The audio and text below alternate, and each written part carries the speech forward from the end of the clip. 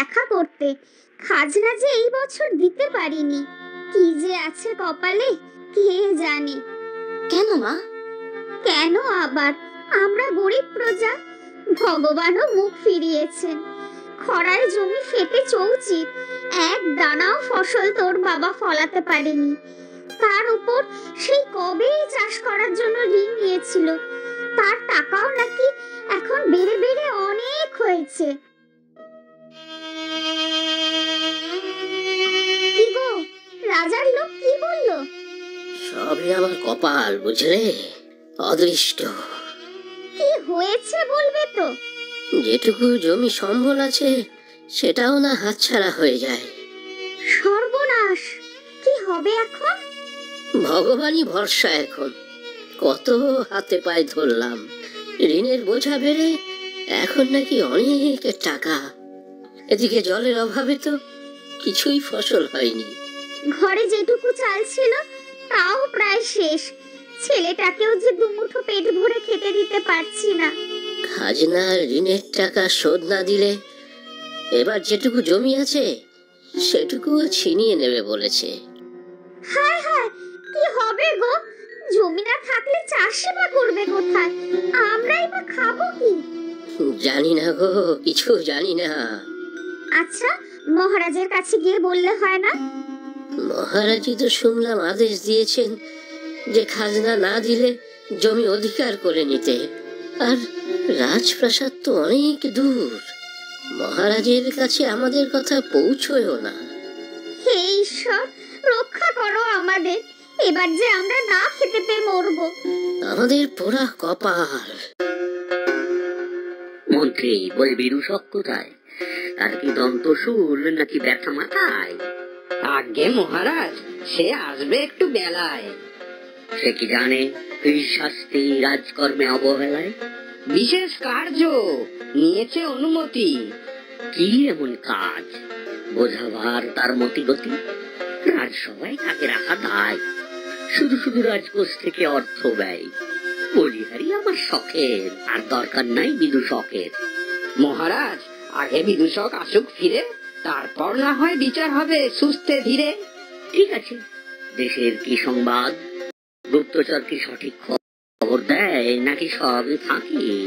সুখে যদি না থাকে প্রজা, তাহলে আর কিসের রাজা? কি আর তবে রাজ্য শাসন?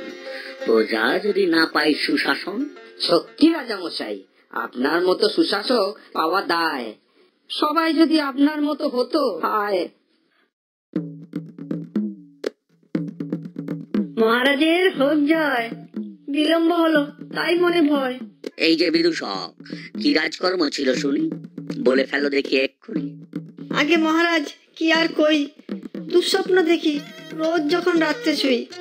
আহা মন্ত্রী, দেখো এ কয় কি? রোজ দেখে দুঃস্বপ্ন, এ কি হয় কি?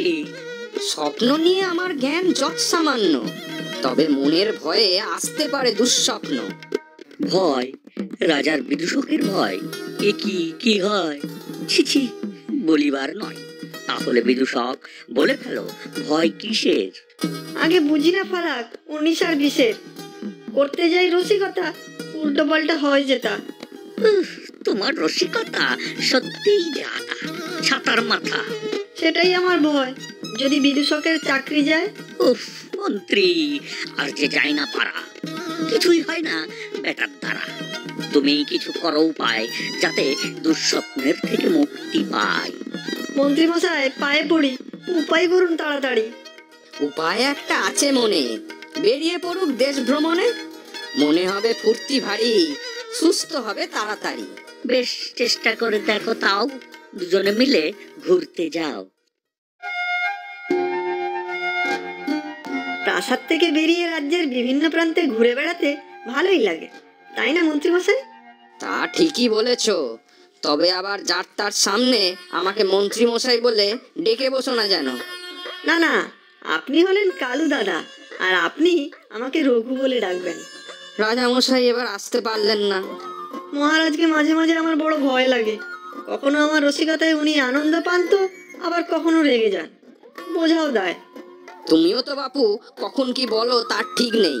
মাঝে মধ্যেই রসিকতাগুলোর কোনো মাথা মুন্ডু থাকে না, রঙ্গ তামাশাও মাত্রা ছাড়িয়ে যায়। তবে মহারাজ আপনার সাথে আমাকে দেশ ভ্রমণে পাঠালেন, এতে আমার বড়ই আনন্দ হচ্ছে।